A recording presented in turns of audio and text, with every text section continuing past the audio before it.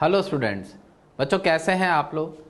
बच्चों पिछली क्लास के अंदर हमने electrostatic potential due to different charge configurations इसका हम डिस्कशन कर रहे थे और हमने कई सारी ज्योमेट्रीज के पोटेंशियल क्या होते हैं उसके बारे में जाना था। मेनली पिछली क्लास के अंदर हमने स्फेरिकल शेल या कंडक्टिंग स्फीयर का पोटेंशियल क्या होता है उसके बारे में बात करी थी और फिर मैंने आपको बताया था नॉन कंडक्टिंग स्फीयर या यूनिफॉर्मली चार्ज स्फीयर के कारण पोटेंशियल क्या होता है वो हमने डिस्कशन कर लिया था। बच्चों उसी समय मैंने आपसे मेंशन करके स्पेशली ये बात बोली भी थी कि जो हमारे शेल्स वाले जो भी फॉर्मूले हैं वो आगे हमारे एक टॉपिक में काम आएंगे जिसका नाम है कॉन्सेंट्रिक शेल प्रॉब्लम।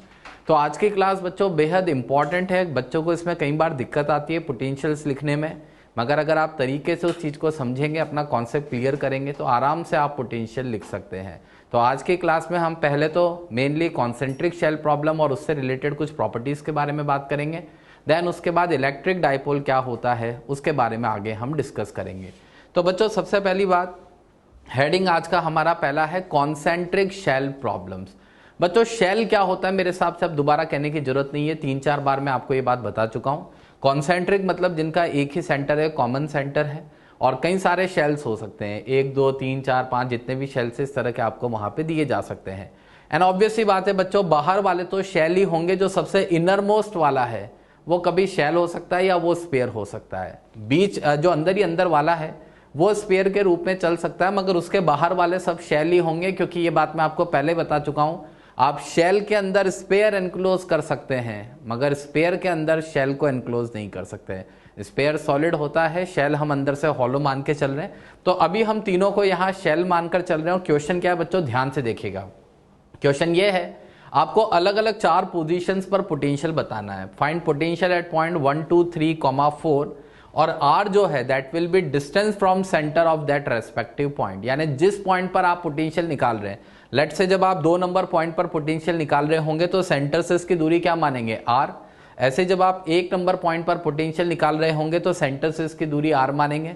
ऐसे जब 3 नंबर पॉइंट पर पोटेंशियल निकाल रहे होंगे तो सेंटर से इसकी दूरी आर मानेंगे। और ऐसे जब 4 नंबर पॉइंट पर पोटेंशियल निकालेंगे तो सेंटर से इसकी दूरी आर के बराबर मानेंगे।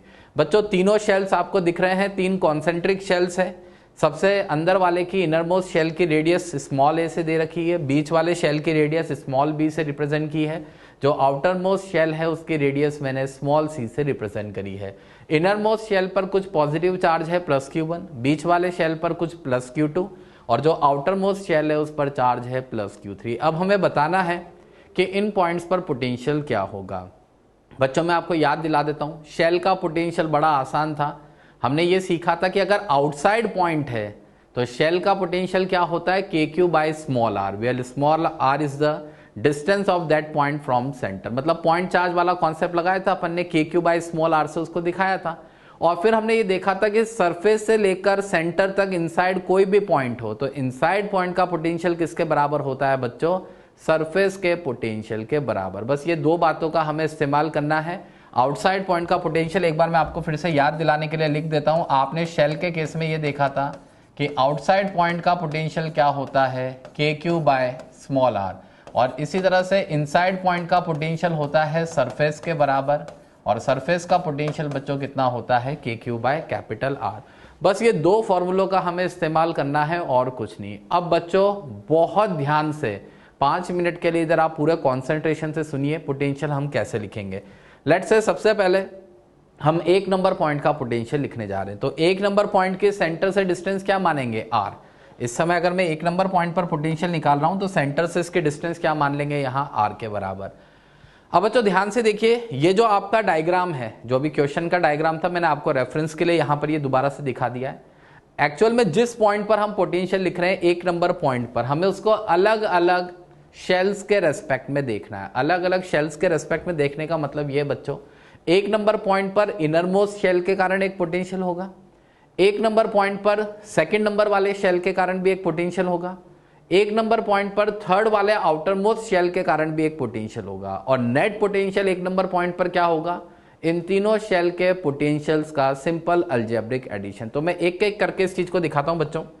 जैसे मान लेते हैं सबसे पहले 1 नंबर पॉइंट को अगर मैं इनर मोस्ट शेल Q1 के रेस्पेक्ट में देखता हूं तो आप यहां से देख पा रहे बच्चों की जो 1 नंबर वाला पॉइंट है वो इस Q1 चार्ज वाले शेल का इनसाइड पॉइंट है।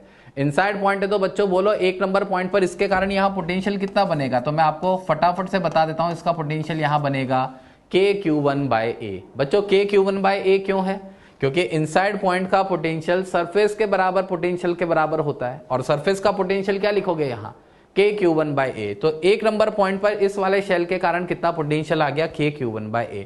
अब बच्चों इसी तरह से देखिए जो 2 नंबर का शेल है Q2 जिस पर चार्ज आपने दिखा रखा है, एक नंबर का पॉइंट इसके लिए भी इनसाइड पॉइंट है।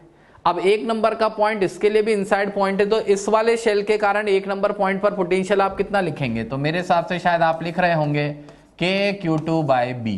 आप समझ गए होंगे बच्चों KQ2/B मैंने क्यों लिखा है, क्योंकि इनसाइड पॉइंट का पोटेंशियल सरफेस के पोटेंशियल के बराबर होता है, और इस 2 नंबर वाले शेल का सरफेस पोटेंशियल कितना होगा KQ2/B के बराबर। तो यही इसका इनसाइड पॉइंट पोटेंशियल है।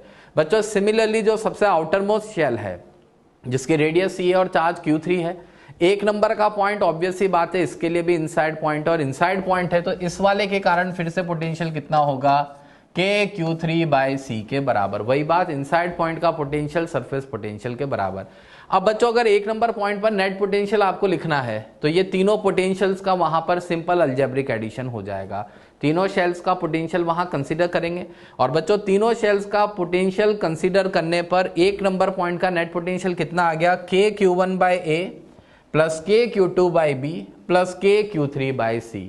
बच्चों मान लो Q2 नेगेटिव होता, मान लीजिए बीच वाले शेल पर नेगेटिव चार्ज होता, तो आप यहाँ माइनस KQ2/B लिखते और यहाँ ऐड करते विद प्रॉपर साइन, तो शायद आप लिख रहे होते KQ1/A minus KQ2/B plus KQ3/C। तो पोटेंशियल में आपको चार्ज का साइन कंसीडर करना है, ये बात मैं आपको बहुत पहले बता चुका हूँ। अभी सब पॉजिटिव है इसलिए सबके पोटेंशियल्स यहाँ सिंपली ऐड हो गए।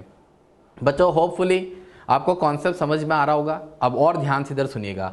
मान लीजिए अब ऐसे 2 नंबर पॉइंट पर पोटेंशियल निकालना, बच्चों हम ऐसे इतने सारे डायग्राम्स इसमें नहीं बनाएंगे, अब हमारा इमेजिनेशन यहाँ काम करेगा।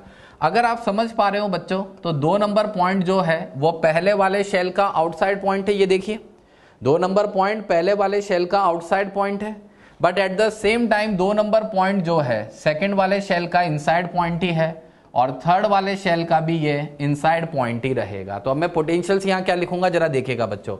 पहले शेल के कारण क्योंकि आउटसाइड पॉइंट है और सेंटर से डिस्टेंस r के बराबर है, तो आउटसाइड पॉइंट का पोटेंशियल लिख दिया मैंने KQ1/R। बट दूसरे शेल के रेस्पेक्ट में 2 नंबर पॉइंट को देखा जाए तो ये अभी भी इसका इनसाइड पॉइंट है, इसलिए इनसाइड पॉइंट का पोटेंशियल किसके बराबर होगा, सरफेस के पोटेंशियल के बराबर। तो कितना पोटेंशियल आया बच्चों यहाँ KQ2/B। सिमिलरली 2 नंबर पॉइंट अभी भी थर्ड वाले शेल का इनसाइड पॉइंट है, इनसाइड पॉइंट का पोटेंशियल सरफेस पोटेंशियल के बराबर, तो उसके कारण कितना पोटेंशियल आ गया बच्चों यहाँ KQ3/C। बहुत सिंपल अप्रोच है बच्चों, फिर से समझ के देखिए। अब 3 नंबर पॉइंट को आप देखिए, 3 नंबर पॉइंट अभी भी पहले वाले शेल का आउटसाइड पॉइंट है, रफली मैं आपको समझा रहा हूं, यहाँ दिख रहा है आपको क्लियरली। 3 नंबर पॉइंट की इस समय सेंटर से डिस्टेंस r के बराबर मान के चल रहे हैं। अब 3 नंबर पॉइंट जो है दूसरे वाले शेल के लिए भी अब आउटसाइड पॉइंट हो चुका है, लेकिन अभी भी जो हमारा थर्ड वाला शेल है इसके लिए ये एक इनसाइड पॉइंट की तरह बिहेव कर रहा है। चलो बच्चों पोटेंशियल लिखते हैं। इसके कारण आउटसाइड पॉइंट 3 पर पोटेंशियल कितना होगा KQ1/R। सेंटर से डिस्टेंस देखते हैं ना बच्चों, पॉइंट चार्ज एट सेंटर मानते हैं, तो इसके कारण कितना पोटेंशियल होगा KQ1/R। इसी तरह से Q2 वाले चार्ज के जो शेल है उसके लिए भी 3 नंबर का पॉइंट आउटसाइड पॉइंट है और सेंटर से डिस्टेंस r है, तो इसके कारण इस बार यहाँ पोटेंशियल कितना लिखोगे KQ2/R। वही बात कोलैप्स करके सेंटर पे पॉइंट चार्ज मान लिया है, तो KQ2/R। एंड सिमिलरली बच्चों अभी भी 3 नंबर पॉइंट जो है Q3 चार्ज वाले शेल का इनसाइड पॉइंट है, तो इनसाइड पॉइंट का पोटेंशियल सरफेस के बराबर लिखेंगे, यानी कितना हो जाएगा KQ3/C। तो ये 3 नंबर पॉइंट पर नेट पोटेंशियल आ गया। अब बच्चों इसी तरह आप सोच के देखिए 4 नंबर पॉइंट की बात करें तो इस बार 4 नंबर पॉइंट तीनों शेल का आउटसाइड पॉइंट है, तो इन सबको कोलैप्स करके या तो आप सेंटर पे पॉइंट चार्ज मान लीजिए या वही बात है आउटसाइड पॉइंट के पोटेंशियल लिखिए। तो 4 नंबर पॉइंट 1 नंबर शेल के बिल्कुल बाहर सिचुएटेड है, तो उसका पोटेंशियल KQ1/R। दूसरे वाले शेल के भी कारण आउटसाइड पॉइंट है, तो उसका भी पोटेंशियल KQ2/R।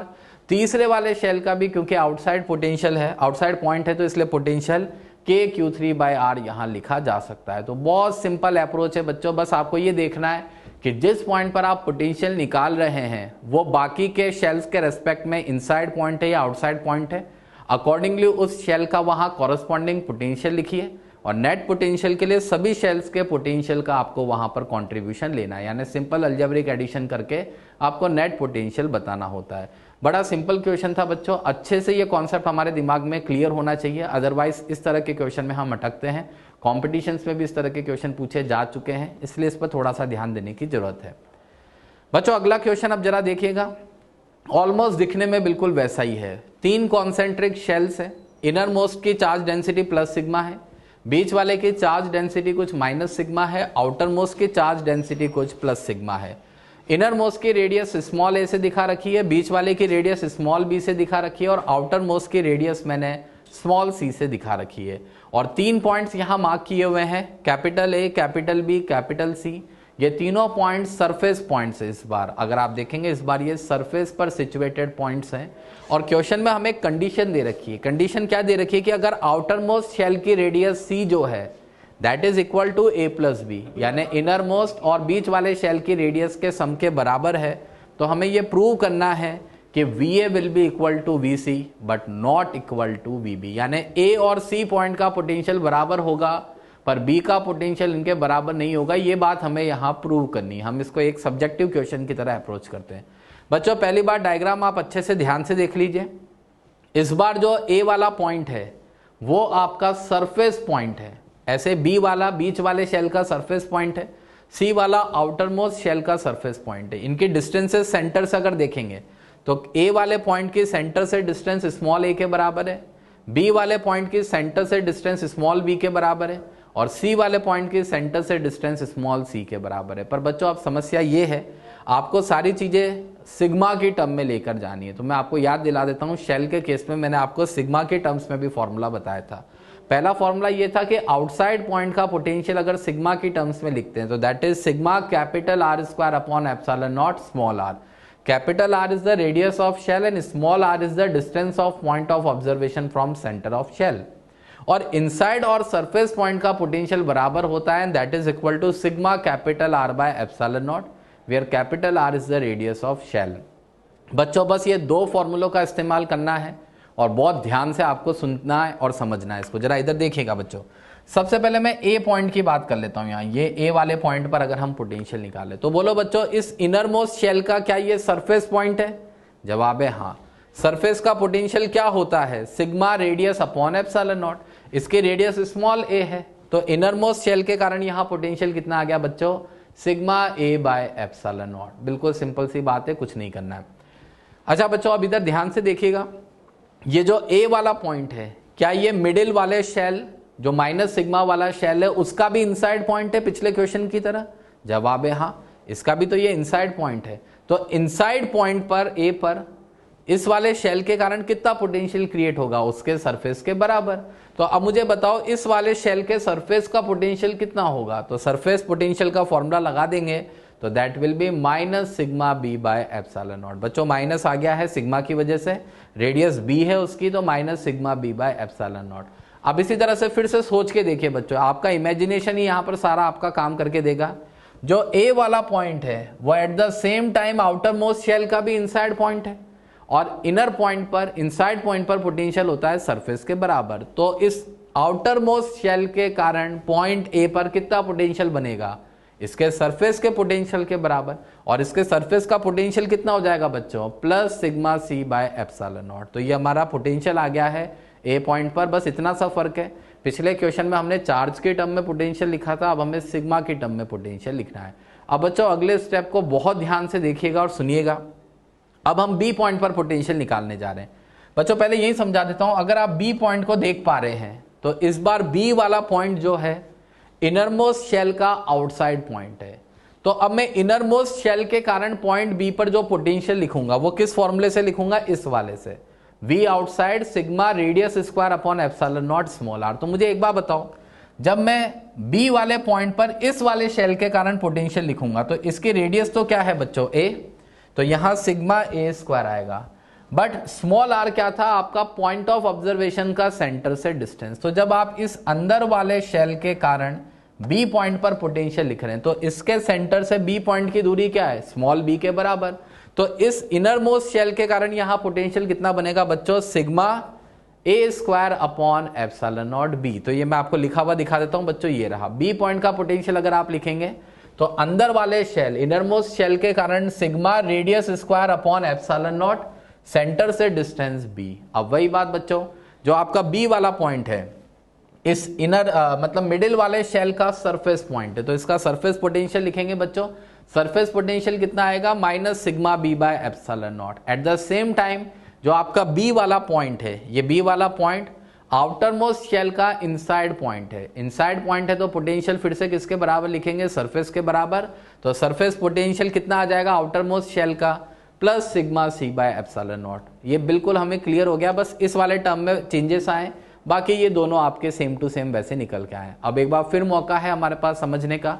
अब मान लीजिए सी पॉइंट पर आपको पोटेंशियल निकालना बच्चों। अब एक बार फिर से देख लीजिए, अगर आप सी पॉइंट पर पोटेंशियल लिख रहे हैं तो अब इस बार ये अंदर वाले और बीच वाले शेल का दोनों का आउटर पॉइंट है। तो सबसे पहले इस अंदर वाले के कारण यहां कितना पोटेंशियल लिखोगे, सिग्मा इसकी रेडियस स्क्वायर यानी A square, sigma A square upon epsilon not, centre से इस पॉइंट की दूरी यानी कि सी। तो इस अंदर वाले शेल के कारण, इनर मोस्ट शेल के कारण कितना पोटेंशियल बनेगा बच्चों, sigma A square upon epsilon nought C. Similarly बच्चों इधर देखना, इसका भी बीच वाले शेल का भी ये आउटर पॉइंट है, तो इसका पोटेंशियल क्या बनेगा, माइनस सिग्मा रेडियस स्क्वायर यानी B square upon epsilon not, centre से डिस्टेंस सी। और at the same time C outermost shell का तो सरफेस पॉइंट है ही सही, तो उसका सरफेस पोटेंशियल वहां लिखा जाएगा। तो ये तीनों बातें यहां दिखा देता हूं, ये देखिए इनर मोस्ट शेल के कारण कितना पोटेंशियल बनेगा बच्चों, वहां sigma radius square upon epsilon not, centre से डिस्टेंस सी। इसी तरह से बीच वाले शेल के कारण वहां कितना पोटेंशियल बनेगा, minus sigma radius square upon epsilon not, centre से डिस्टेंस यानी कि सी। और खुद जो आउटर मोस्ट शेल है उसका सरफेस पॉइंट है, तो surface potential sigma radius upon epsilon naught से sigma C by epsilon naught निकल के आ गया। बच्चों अगर आपने ये पोटेंशियल के टर्म्स लिख लिए हैं तो यूं मान लीजिए आधी लड़ाई हम यहाँ जीत चुके हैं। पर अब आगे की बात पे भी थोड़ा सा ध्यान देना है। आगे क्वेश्चन में मैं कंडीशन दी थी कि अगर C equal to A plus B हो, मैं आपको याद दिला देता हूं क्वेश्चन में हमें क्या कंडीशन मिली थी कि if C equal to A plus B हो तो आपको प्रूव करना है कि VA एंड VC दोनों इक्वल होंगे but not equal to VB। तो बच्चों देखना कैसे प्रूव करेंगे। ये जो पीछे VA वाला टर्म है आप देख लीजिए, ये जो VA वाला टर्म है मैंने इसमें से सिग्मा बाय एप्सिलॉन नॉट को बाहर कॉमन निकाल लिया, तो यहाँ क्या बचेगा A माइनस बी प्लस सी। तो मैंने क्या किया, सिग्मा बाय एप्सिलॉन नॉट बाहर कॉमन निकाल लिया, A माइनस बी प्लस सी में C की जगह क्या लिख दिया बच्चों, A प्लस बी। अब आप देख पा रहे होंगे B से B कैंसिल आउट हो जाएगा और यहां से A का पोटेंशियल क्या लिखा जा सकता है, 2 sigma A by epsilon nought. Similarly इस वाले में से सिग्मा बाय एप्सिलॉन नॉट बाहर कॉमन निकाल लिया बच्चों, A square by B minus B plus A plus B. फिर से मैंने क्या किया है, C की जगह A प्लस बी रख दिया है। यहां पर भी आप देखेंगे B से ये B कैंसिल हो जाएगा और यहां से कितना पोटेंशियल लिख सकते हैं हम, sigma by epsilon nought A square by B plus A। अब C पॉइंट की बात करते हैं बच्चों, सिग्मा बाय एप्सिलॉन नॉट बाहर कॉमन, तो इधर क्या बचेगा, A square minus B square upon C plus C। मैं दो जगह C की जगह A प्लस बी लिख देता हूं, एक तो ये रहा C की जगह A प्लस बी और एक ये रहा C की जगह A प्लस बी, और साथ में A square minus B square, this can be written as A plus B and A minus B. बच्चों थोड़ा सा यहाँ करेक्शन है, ये A माइनस बी हमें करना है। हमने A square minus B square को क्या लिख दिया है, A plus B A minus B. तो अब ऐसा करने पर क्या होगा बच्चों, यहां से देखिए आप जब इस पूरे एक्सप्रेशन को सॉल्व करेंगे और C की जगह जब आप A प्लस बी यहाँ रखेंगे तो पहले तो एक A प्लस बी से ये A प्लस बी यही कैंसिल हो जाएगा। आप समझ पा रहे होंगे बच्चों, ये इसके साथ में नहीं है, ये अलग से टर्म है, ये थोड़ा सा इसको हमें अलग से लेकर चलना है। ठीक है बच्चों, यहाँ A प्लस बी कट जाएगा, A minus B plus A plus B यहाँ पर बचेगा। अब आप यहाँ पर वही B से B कैंसिल करके देख लीजिए, तो यहाँ से कितना बच गया है, 2 sigma A by epsilon nought. बच्चों कॉमन लेकर आपको करना है, इसको खुद से सॉल्व करके देखें। केवल मैंने क्या किया है, हर जगह स्मॉल c की जगह A प्लस बी का रिप्लेसमेंट कर दिया। अब बच्चों ये करने के बाद ये वाला पोटेंशियल भी क्या लिखा जा सकता है, 2 sigma A by epsilon nought. तो अब इसके बेसिस पे आपको दिख गया होगा क्लियरली A का पोटेंशियल C के बराबर प्रूव हो गया है, VA equal to VC, but at the same time this is not equal to VB। VB के बराबर क्यों नहीं है, जरा सुनिएगा बच्चों। अगर ये तीनों पोटेंशियल बराबर होते हैं, यानी ये अगर इसके बराबर होगा तो उसके लिए यहाँ B की जगह क्या आना चाहिए, A। यहाँ A आता तो A स्क्वायर बाय A बनता और A प्लस A बनकर ये 2A बनता। ऑब्वियस सी बात है, हमने रेडियस देखी है, बी किसी भी कीमत पर ए के बराबर नहीं हो सकता है, बी बड़ी रेडियस है, ए छोटी रेडियस है। तो क्योंकि यहाँ B is not equal to A, इसीलिए this potential is not equal to V A and V C. तो फाइनली हमने प्रूव कर दिया है कि V A equal to V C होगा but not equal to V B. और बच्चों इस तरह के क्वेश्चन कभी भी आए तो मेन तो आपका टारगेट होता है पोटेंशियल्स की इक्वेशन लिखना। अगर आपने पोटेंशियल्स की इक्वेशन अच्छे से लिख ली है तो फिर जो भी कंडीशन दे रखी है अकॉर्डिंगली वो रखते हुए आप क्वेश्चन को सॉल्व कर सकते हैं। बच्चों क्वेश्चन सिंपल सा था, इस तरह से हमें इसको अप्रोच करना है। अब आगे बढ़ते हैं। अब बहुत धुआंधार पॉइंट्स आ रहे हैं बच्चों, आज की पूरी क्लास आपके लिए बहुत इंपॉर्टेंट है, एक एक पॉइंट को ध्यान से समझते चलना है। Potential difference between surfaces of two concentric shells is independent of charge on outer shell, यानी that is depends only on charge of inner shell. अगर दो कॉन्सेंट्रिक शेल्स के सर्फेसेस के बीच का पोटेंशियल डिफरेंस निकाला जाए तो that potential difference does not depend on charge of outer shell but it depends only on charge of inner shell. ऐसा क्यों है, जरा इधर देखिए। ये रहा आपके सामने डायग्राम, दो कॉन्सेंट्रिक शेल्स है, ए और बी इनके सर्फेसेस के पॉइंट है जिनके बीच का मैं अभी पोटेंशियल डिफरेंस निकालूंगा। अंदर वाले शेल की रेडियस r1 है, बाहर वाले शेल की रेडियस r2 है। अंदर वाले शेल पर चार्ज q1 है, बाहर वाले शेल पर चार्ज q2 है। अब बच्चों करना क्या, इधर देखना। सबसे पहले ए पॉइंट का पोटेंशियल लिखते हैं। तो ए वाला इनर शेल का सरफेस पॉइंट, सरफेस का पोटेंशियल क्या लिखेंगे यहाँ, KQ1/R1। दूसरी बात बच्चों, ये वाला पॉइंट आउटर शेल के लिए भी इनसाइड पॉइंट है, आउटर शेल का इनसाइड पॉइंट है, तो इनसाइड पॉइंट पर पोटेंशियल किसके बराबर लिखते हैं, शेल के सरफेस के पोटेंशियल के बराबर।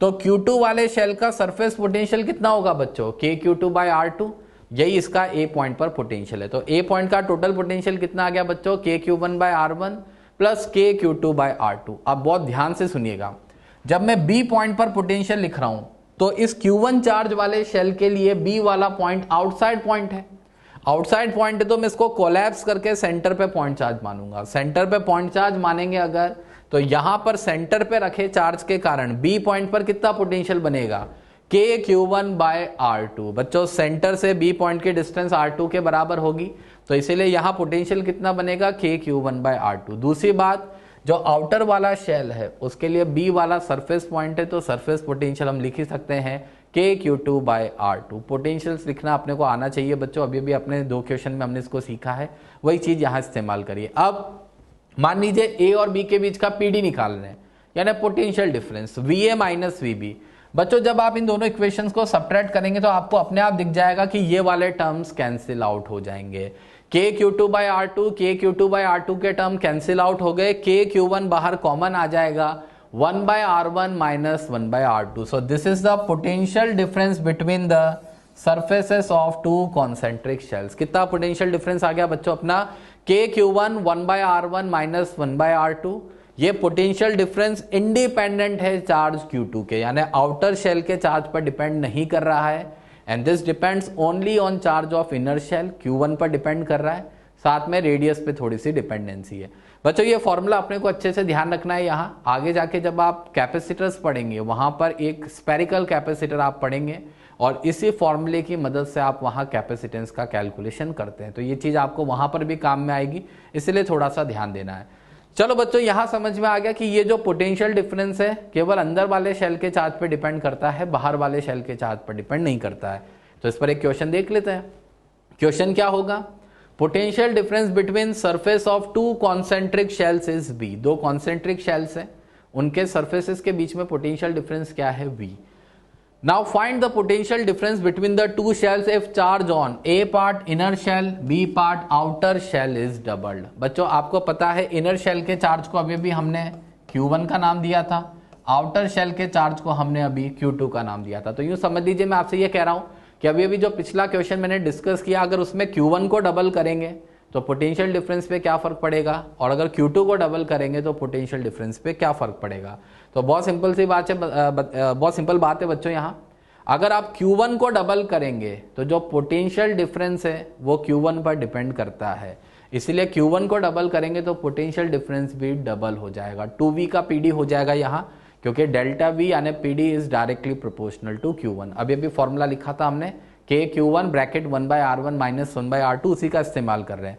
पर बच्चों अगर आप आउटर शेल के चार्ज को डबल कर रहे हैं, यानी Q2 को अगर आप डबल कर रहे हैं, तो आप समझ पा रहे होंगे अब आपके पीडी पे कोई फर्क नहीं पड़ेगा, क्योंकि जैसा आपको बताया गया था कि this delta we potential difference is independent of Q2। तो आउटर शेल पर आप कुछ भी चार्ज रखें, डबल करें, ट्रिपल करें, क्वाड्रपल करें, कुछ भी करें, potential difference will remain unchanged, ये V के बराबर ही रहेगा। बच्चों ऐसे क्वेश्चन कई बार मिलते हैं हमें, उसमें जरूरी भी नहीं है कि दोनों शेल चार्ज हो या कुछ भी हो, एक शेल चार्ज दूसरा अनचार्ज, ऐसा भी केस आपको मिल सकता है। क्वेश्चन आपसे क्लियरली कहेगा कि भाई इनर शेल और आउटर शेल के सरफेस के बीच का पोटेंशियल डिफरेंस V है। फिर आपसे कभी क्या कहेगा, now the charge on outer shell is doubled, कभी कह देगा now one negative charge of -3 coulomb is placed on outer shell. यानी आउटर शेल के चार्जेस में कोई भी चेंज करें, भले वहां पर डबल चार्ज करे, कोई नेगेटिव चार्ज ला के रखे, पॉजिटिव चार्ज ला कर रखें, हमारा जो दोनों सरफेसेस के बीच का पोटेंशियल डिफरेंस है वो आउटर शेल के चार्ज पर डिपेंड नहीं करता है, केवल इनर शेल के चार्ज पर डिपेंड करता है, जैसा आपने यहाँ क्वेश्चन में देख लिया है। तो इस कॉन्सेप्ट को बच्चों अच्छे से ध्यान रखना है। पहला तो ये पॉइंट था हमारा। दूसरा तो इससे भी भारी पॉइंट है बच्चों, कॉन्सेप्ट बहुत गहराई का है, ध्यान से सुनिएगा। If two concentric shells are connected by a thin conducting wire. बच्चों पिछले डायग्राम में हमने दो कॉन्सेंट्रिक शेल्स लिए थे, मगर उन्हें वायर से कनेक्ट नहीं किया था। अब क्वेश्चन कह रहा है कि अगर हम उन दोनों शेल्स को एक वायर से कनेक्ट कर दें, then entire charge of inner shell flows to outer shell. अंदर के शेल का एंटायर चार्ज, पॉजिटिव हो या नेगेटिव हो, कुछ भी हो, वो बाहर के शेल को ट्रांसफर हो जाएगा, और ऐसा करने पर ही then only their potentials will become equal, तभी कहीं जाकर उनके पोटेंशियल बराबर हो पाएंगे। बच्चों कैसे है ये चीज जरा मैं आपको समझाता हूं। ये आपका आगे जाके वेन डे ग्राफ जनरेटर का भी कॉन्सेप्ट बनेगा। वेन डे ग्राफ जनरेटर जब आप कैपेसिटर में उसके बारे में थोड़ा बहुत जानेंगे, वहां आपको दे रखा है, तब उसमें ऐसे बताया जाएगा। उसके अंदर दो डोम होते हैं, कॉन्सेंट्रिक स्पेयर्स होते हैं, एक अंदर वाला डोम होता है, एक आउटर वाला डोम होता है, और दोनों के बीच में एक मेटेलिक कॉन्टैक्ट होता है। तो आप अंदर वाले डोम पर जो भी चार्ज रखते हैं वो बाहर वाले डोम को ट्रांसफर होता जाता है। अभी मैं समझा दूंगा उस बात को दोबारा, पहले मैं अपने कॉन्सेप्ट को यहाँ क्लियर करके आपको ये समझा देता हूँ। सपोज बच्चों दो कॉन्सेंट्रिक शेल्स है, इनर वाले की रेडियस R1 है, आउटर वाले की रेडियस वही R2 है। इनर वाले पर चार्ज Q1 है, आउटर वाले पर चार्ज Q2 है, और इस समय स्विच S जो है यहाँ ओपन है। आप देख पा रहे होंगे कंडक्टिंग वायर है, मगर इस समय स्विच ओपन है।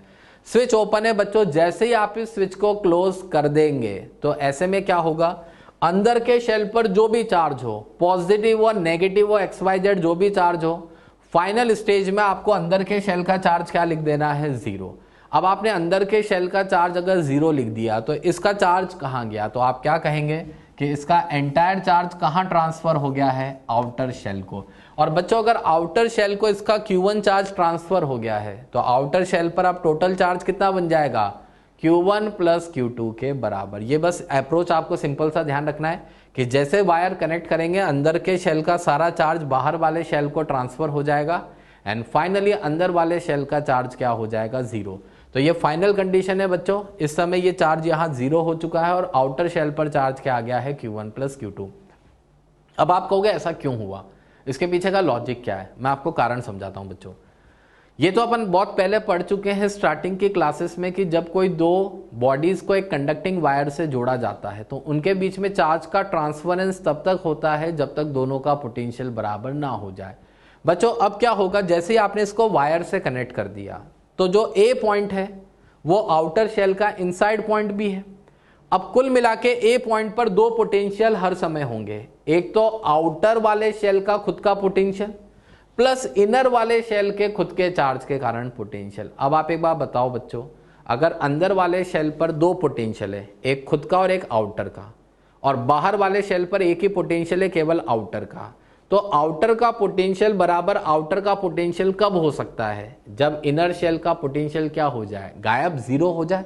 ऑब्वियस ही बात है, आउटर शेल पर जो भी चार्ज जो भी पोटेंशियल होगा एट द सेम टाइम उतना ही पोटेंशियल ए पॉइंट पर तो मिल ही रहा होगा, और साथ के साथ ए पॉइंट पर अगर अंदर का शेल खुद अपना पोटेंशियल भी ऐड करेगा तो बच्चों कैसे ए और बी का पोटेंशियल सेम हो पाएगा। तो यहां मैं बस आपको ये समझा पा रहा हूं कि ए वाले पॉइंट का पोटेंशियल बी वाले पॉइंट के बराबर केवल तब हो सकता है जब वो खुद अपने चार्ज के कारण वाला पोटेंशियल 0 कर ले, यानी अपना चार्ज क्या कर ले, 0। अब देखिए अगर यहां इनर वाले शेल पर कोई चार्ज नहीं है, तो इस जीरो चार्ज के कारण यहाँ कितना पोटेंशियल बनेगा, जीरो। बट ए वाला point at the same time outer shell का भी इनसाइड पॉइंट है, इस बाहर वाले शेल का इनसाइड पॉइंट है। तो अब इस समय ए पॉइंट पर पोटेंशियल कितना बन रहा है, आप यूं कह दीजिए बी के बराबर, यानी कि के Q1 plus Q2 upon R2 के बराबर। अभी लिख के भी आपको बता देंगे।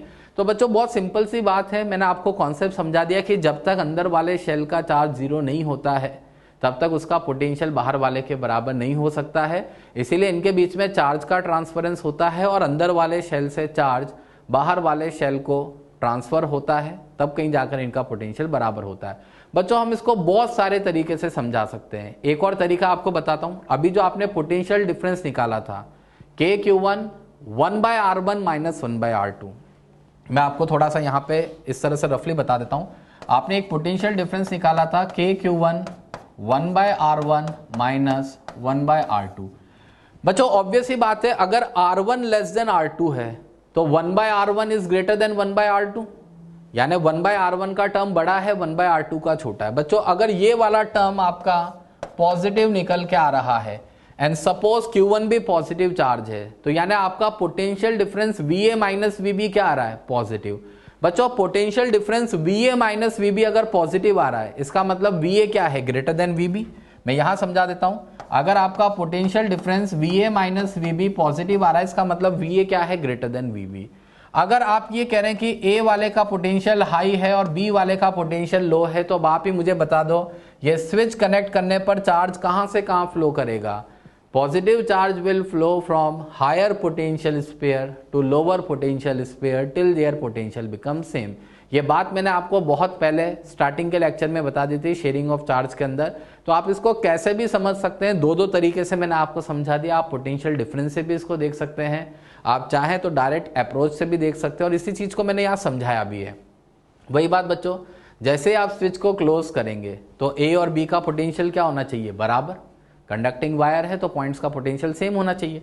पोटेंशियल सेम होने का मतलब है VA माइनस VB क्या होना चाहिए, जीरो। बच्चों VA माइनस VB बराबर जीरो होने का मतलब है के Q1 1/R1 माइनस 1/R2 बराबर जीरो। और इसका मतलब क्या है कि के Q1/R1 बराबर के Q1/R2। अब बच्चों आप बताओ, के और Q1 R1 R2, अगर R1 R2 दोनों अलग अलग रेडियस है, ये दोनों बराबर नहीं है, के से के तो कट जाएगा, तो आप मुझे बताओ ये दोनों इक्वेशन की वैलिडिटी के लिए कब ये चीज ट्रू होल्ड करेगी, Q1 की किस वैल्यू के लिए इक्वेशन वैलिड है। तो जवाब ये है कि since R1 is not equal to R2 it is possible only when Q1 is equal to 0। जब Q1 की वैल्यू 0 होगी तभी ये चीज पॉसिबल है, इसीलिए इनर शेल का चार्ज 0 होना जरूरी था। मैं फिर से समझाता हूं कहने का मतलब क्या है। बच्चों मान लीजिए अंदर वाले शेल की रेडियस कुछ 5 सेंटीमीटर है, बाहर वाले शेल की रेडियस कुछ 7 सेंटीमीटर है। आपको यहां से रिजल्ट क्या मिल रहा है, के Q1/5 बराबर के Q1/7। ये लो मैंने के भी हटा दिया, Q1/5 बराबर Q1/7। मैं आपसे पूछूं ये संभव है क्या, पॉसिबल है क्या, तो आप एक बार तो देखकर कहोगे कि अगर Q1 की कोई नॉन जीरो वैल्यू है तो दिस इज नॉट पॉसिबल। लेकिन मैं ये कह रहा हूं एक कंडीशन है जिसमें ये इक्वेशन ट्रू होल्ड करेगी, और वो क्या है, जब Q1 बराबर क्या हो जाए, 0। तो अगर Q1 0 हो जाएगा बच्चों तो ये कंडीशन होल्ड कर जाएगी। इसीलिए मैं आपसे कह रहा था कि अंदर वाले शेल का चार्ज 0 होगा ही होगा, तब कहीं जाकर अंदर और बाहर के पॉइंट के पोटेंशियल बराबर हो पाएंगे। अच्छा बच्चों ध्यान रखिएगा, अंदर वाले शेल का सारा चार्ज ट्रांसफर हो गया है, तो अभी अंदर वाले पॉइंट का पोटेंशियल 0 नहीं है, उसका पोटेंशियल कितना होगा, बी वाले पॉइंट के बराबर। आप इसको कैसे भी समझ लो, या तो आप ये कह दो कि ये कंडक्टिंग वायर से जुड़ा हुआ है इसलिए भी ए और बी का पोटेंशियल सेम होगा, या आप यूं कह दीजिए कि इस समय ए वाला जो पॉइंट है क्या वो बी वाले शेल का इनसाइड पॉइंट है, जवाब है हाँ, उसका भी तो इनसाइड पॉइंट है। तो इनसाइड पॉइंट का पोटेंशियल आप क्या लिखते हो, सरफेस के पोटेंशियल के बराबर। तो इसीलिए इस समय ए और बी दोनों का पोटेंशियल बराबर होगा, और किसके बराबर होगा, आउटर मोस्ट शेल के सरफेस के पोटेंशियल के बराबर, यानी के Q1 प्लस Q2/R2 के बराबर। तो बच्चों बड़ा कंसेप्चुअल पॉइंट था, यहां हमने दो बातें सीखी, दो कॉन्सेंट्रिक शेल्स जिनके बीच में तार नहीं जुड़ा हो, इसका ध्यान रखिएगा बच्चों। दो कॉन्सेंट्रिक शेल जब जिनके बीच में कोई तार नहीं जुड़ा होता है तो उनके बीच का पीडी आता है के Q1 bracket 1/R1 minus 1/R2, and this potential difference is independent of charge on outer shell, केवल इनर वाले शेल के चार्ज पर डिपेंड करता है। पर जब हम उन्हीं दोनों कॉन्सेंट्रिक शेल्स के बीच में कंडक्टिंग वायर जोड़ देते हैं तो ऐसे में charge of inner shell flows to the outer shell, complete charge बाहर ट्रांसफर हो जाता है एंड फाइनल कंडीशन में अंदर वाले शेल का चार्ज 0 हो जाता है और उसका जो भी चार्ज था वो आपको बाहर वाले शेल के ऊपर दिखा देना है। पॉजिटिव था तो पॉजिटिव दिखा देना है, नेगेटिव था तो नेगेटिव आपको दिखा देना है। बच्चों कॉन्सेप्ट क्लियर रखना है अपना। अब इस पर बेस्ड एक क्वेश्चन आपको यहां बता देता हूं। क्वेश्चन क्या है जरा सुनिएगा ध्यान से। आपको फिर से दो कॉन्सेंट्रिक शेल्स नजर आ रहे होंगे, एक ए है जिस पर चार्ज पॉजिटिव है Q के बराबर और एक बी है अनचार्ज शेल, इस पर अभी कोई चार्ज नहीं है। एक स्विच मैंने लगा रखा है। क्वेश्चन कह रहा है कि if initially potential of point A is V, अगर स्विच ओपन कंडीशन में पॉइंट ए का पोटेंशियल V है तो आपको बताना है कि स्विच क्लोज करने के बाद पोटेंशियल ऑफ पॉइंट ए कितना हो जाएगा। बच्चों जरा सुनिएगा इसको, क्या है इसका मतलब। सबसे पहली बात, इनिशियली अगर बात करी जाए इस कंडीशन में तो ए पॉइंट का पोटेंशियल क्या है V, and V will be equal to KQ by R1, केवल KQ बाय R1 होगा। B वाले पर कोई चार्ज ही नहीं है तो उसका तो कोई पोटेंशियल लिखना ही नहीं है। तो इस समय V बराबर क्या है KQ बाय R1। बच्चों यहां से आप KQ बराबर क्या लिख लीजिए VR1। इसको मैंने इक्वेशन नंबर 1 भी मार्क कर रखा है, फिर भी मैंने इसको मार्क कर दिया अलग से। V बराबर KQ बराबर क्या लिख दिया हमने VR1। अब बहुत ध्यान से सुनिए बच्चों, जैसे ही आप ये स्विच क्लोज करेंगे तो अभी अभी जो मैंने आपको कॉन्सेप्ट बताया है उस कॉन्सेप्ट के हिसाब से the entire charge of inner shell will flow to outer shell, यानी ये जो Q वाला चार्ज है ये पूरा का पूरा चार्ज निकल के कहाँ चला जाएगा बच्चों, आउटर शेल पर। ये इस तरह से दिखा देते हैं, इसका पूरा का पूरा चार्ज निकल के आउटर शेल पर चला जाएगा। ये आउटर शेल पे चार्ज आ गया है Q, और आपको पता है फाइनली अंदर वाले शेल पर चार्ज क्या हो जाएगा, 0। ये मैंने फाइनल कंडीशन दिखा दी। अब बच्चों इस फाइनल कंडीशन में अगर मैं ए पॉइंट का पोटेंशियल लिखता हूं तो वही बात, अभी भी ए वाला पॉइंट आउटर शेल का इनसाइड पॉइंट है। आउटर शेल के इनसाइड पॉइंट का पोटेंशियल क्या लिखोगे, आउटर शेल के सरफेस के बराबर पोटेंशियल।